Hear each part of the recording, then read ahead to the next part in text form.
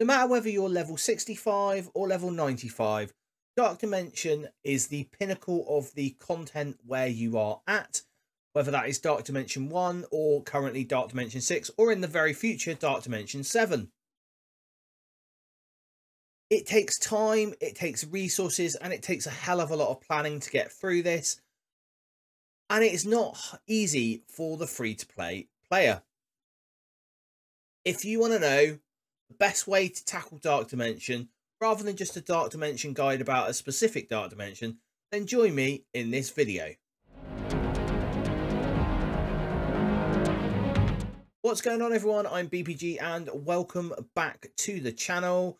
I make content for Marvel Strike Force, at least one video per week on here, generally around events, but I do other videos like this. If you find this video helpful, please do consider liking, subscribing, and leave a comment down below. I really do like interacting with the community. So what makes me qualified to make this guide? Well, I started the game just under a year and a half ago. It is my days played in game. So there you go, login days. 544 days logged in. A year and a half is 547.5 days. And in those 547 days, or 545 days, I have done all the Dark Dimensions, including unlocking Super Scroll. I find it frustrating that there is a guide for Dark Dimensions as a hot, in their like numbers. So I find it frustrating that there's Dark Dimension 5 guides, Dark Dimension 6 guides, Dark Dimension 4 guides, but there isn't like just a general guide to Dark Dimension. So I thought I would make something in that ilk. So firstly, I want you all to listen to this piece of advice, and it is a piece of advice that I took from the start of the game when I first started playing, and it is very true as to what we do. The best characters in Marvel Strike Force have not been released yet. There you have it, Mr. Hartgrave. Links for his channel will be down below in the description. Yeah.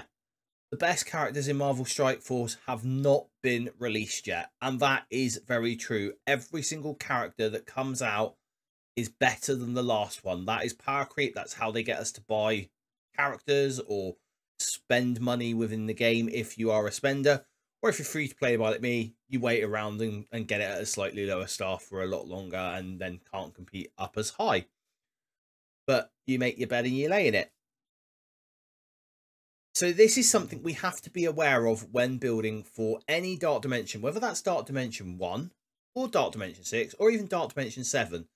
The newest characters are always going to be the better characters to take into Dark Dimension, and this is because of the stat creeps that come with them. Now, I have a way of building my roster generally, and game modes that I feel need to be prioritized as a free-to-play player.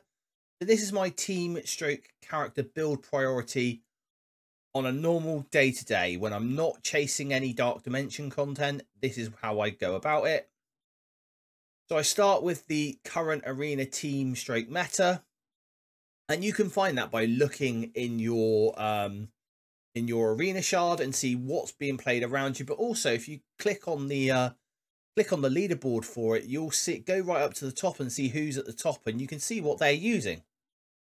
And the power level might be massively above yours in some ways, especially if you're a returning player to the game. But at least you've got an idea of what you should be building to match that meta. The next up is raid teams, and the reason why I build raid teams is because they are used on the daily and they give us a decent amount of resources back to what we put in. Next is plug and play tunes. Now this is because a lot of the time they can help you in raids. They are also plug and play in arena, and they are used in multiple game modes. So examples of plug and play characters are people like Quicksilver, people like Super Scroll, people like Apocalypse. Those characters are your plug and play characters. Next is trials teams. The trials to get your new legendaries are very important, and you want to be building those to make sure that you can get the most amount of stars on the legendaries that you can when they come out on their first run. And last but not least is War and Cosmic Crucible. I personally think this is a toss-up as to what you prefer as a player, and also what helps your alliance more. If your alliance isn't cared about War, but Cosmic Crucible is a game mode that you like, then Cosmic Crucible obviously comes above War. But if you are in a War-focused alliance, and that is what that's what you have, then War will come over Cosmic Crucible. The only thing I will say is War is a very costly game mode to get involved in, because of the need of 20 teams to actually get anywhere, to even start playing War at a decent competitive level. Now, if you've seen my resource guide, or my resource end of free to play video, which is linked up in the card up in the top corner here, you would have seen this already, but this is key to when we are building for Dark Dimension, even more so. Rule number 2, make your PvP teams as big as possible and your raid teams as big as needed. So as long as you're clearing the raids that your alliance is doing, and maybe can clear that next level if you're getting ready to push, I like to focus on my PvP teams. That's where the incremental gains and their relative power to your enemy power is really important. So I think it's great to make those as big as possible, and that's where I focus my resources. So there we go. So focusing your resources on your PvP teams being as big as possible. Now, why do I say that this is wise words? Well, when it comes to Dark Dimension, generally, you are building your toons as big as you possibly can at that point in time. So if you're level 65, you are building those toons now for Dark Dimension 1 to level 65 and get to 12. That is what you need to get into Dark Dimension 2 to go and get Kestrel. And so you want to be building your PvP teams, those teams that you are going to be using in War or Cosmic Crucible, as big as you possibly can, which would be level 65 gear 12. Your raid teams can be slightly smaller. If you're doing Ultimus 7, for example, just picking that Dark Dimension 1 level, and you've got some of the newer raid teams, they do not need to be level 65 and gear tier 12. Heck, if you check out my brother GideonXL down below, I'll leave his links in the description, as well as Gangster KT here. I'll leave their links both in the description below. If you look at GideonXL, there'll be some videos there that are going over the new player experience, and he's doing Doom 1 with gear tier 12 new raid toons. So that shows you the power level that you are able to get out of the newer toons. So now we have my team character build priority order when I'm looking at Dark Dimension. So first is the current arena meta, and that's because the arena meta is a PvP mode and I want my PvP teams as big as possible. Then it is plug and play, again generally because a lot of plug and play characters are used within PvP game modes, and so I want them as big as possible. Next up is the main characters for Trials teams, and Trials teams to a degree, but the main characters certainly for Trials teams need to be built as big as possible, and that's because those main characters that are able to carry those nodes for you will allow you to do the higher difficulties in the Trials, meaning you're going to get more stars on your, more yellow stars and red stars on those characters upon release. The next is War / Cosmic Crucible, and again this is down to your personal preference whether you prefer War or Cosmic Crucible. And last but not least are raid teams. Now I will caveat this, that if you are going to build anything for a raid team, it has to come under a few things. Firstly, it's got to be one of the better slots in your area that you're going into, so whether that's Cosmic or whether that's City or whether that's Global, it has to be a reasonable choice for those areas. And also it needs to be the main player within the team. So for example, if we were looking at the Bifrost team right now, I would take Val to Dark Dimension because she is amazing. However, I wouldn't take Sylvie. because her dark dimension, although she's got some dark dimension text in there, she is by and large fairly useless where that is concerned. Now, some things we need to think about is the future. So here is what we were told about Dark Dimension 7, but this does give us some good points of what to think about. So the first thing we need to think about is the fact that the Dark Dimensions are generally set out in a path, and they are generally set out with different missions needing different traits. So city, global, cosmic, legendary, and in Dark Dimension 7, mythic. And you'll see missions 1, 2, and 3 in Dark Dimension 7 are going to require no trait, but then we have the traits going forward. So when we're building for missions 1, 2, and 3, we want to be looking at what we are going to be needing first in the traits. So here, for example, we would be looking at building city and global toons. And I would recommend building a 3-2 split. So 3, in this case, 3 city and 2 global. But this comes down to your Dark Dimension. If you go onto the Marvel Strike Force website, you can go onto maps. And in those maps, you can look at the Dark Dimension maps, and that will tell you the order in which they come. And also with the announcement of Dark Dimension 7, we had the mythic trait. Now, these are all characters who have come from Dark Dimensions. So Kestrel comes from Dark Dimension 1. Ultron, Dark Dimension 2. Ultimus, Dark Dimension 3. Doctor Doom, Dark Dimension 4. Dormammu, Dark Dimension 5. Apocalypse was effectively a Dark Dimension-esque format. It wasn't quite that, but it was more rigid because you needed certain teams to get him. And then finally Super Skrull, which was Dark Dimension 6. And these are going to be needed going forwards. So what do we have to be aware of? Well, first thing we need to be aware of is the centerpiece uniques. So that, and ones that are used on a lot of characters that are very good.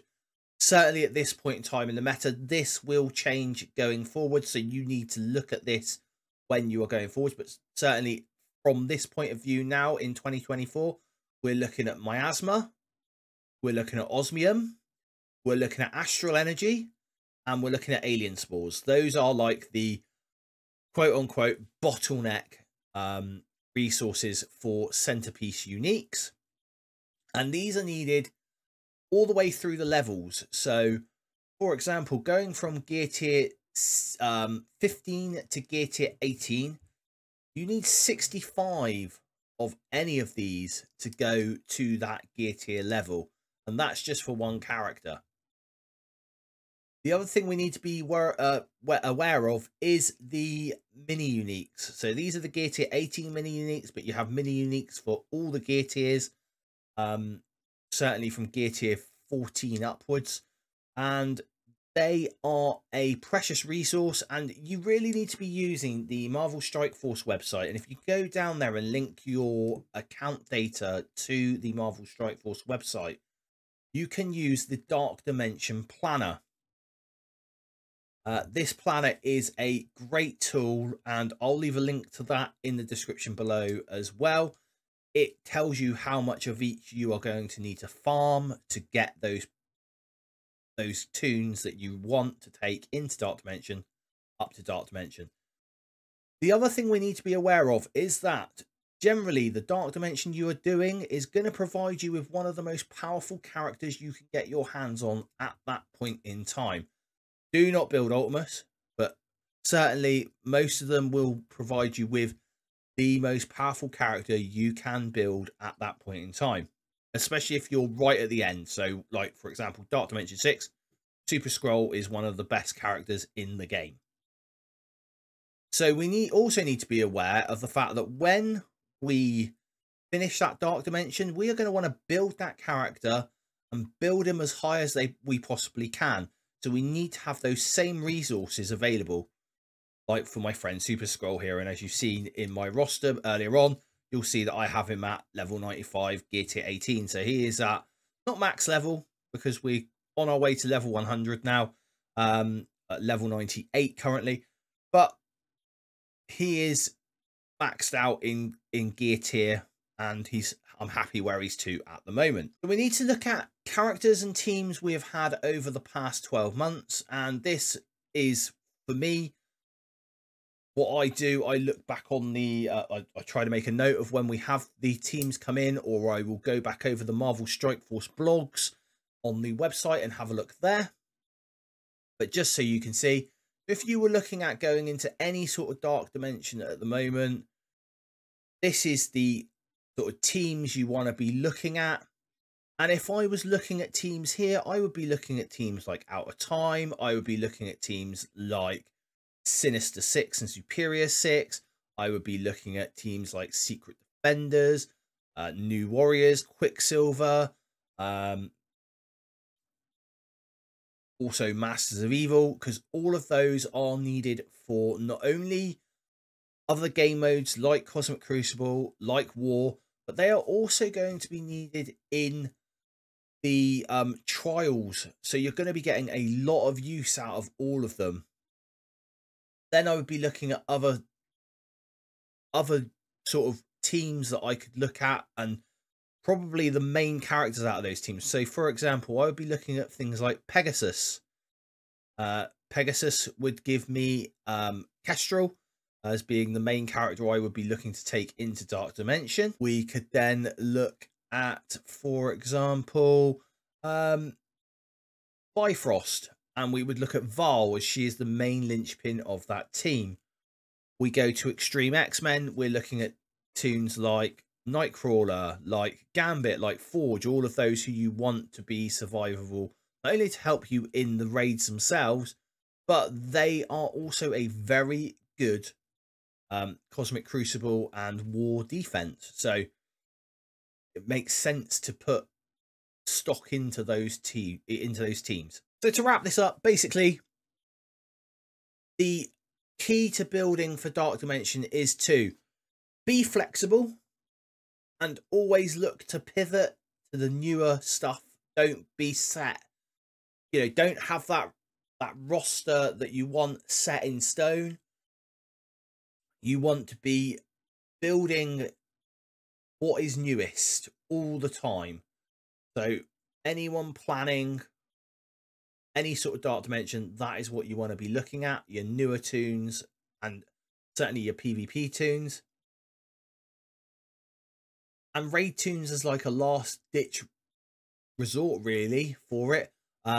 Something you might want to take into your second run, because taking those PvP tunes in your first run will mean that they're more usable and better for your account. I want you to let me know how you build for Dark Dimension. Do you think my advice is good? And if you do, why not hit that like button?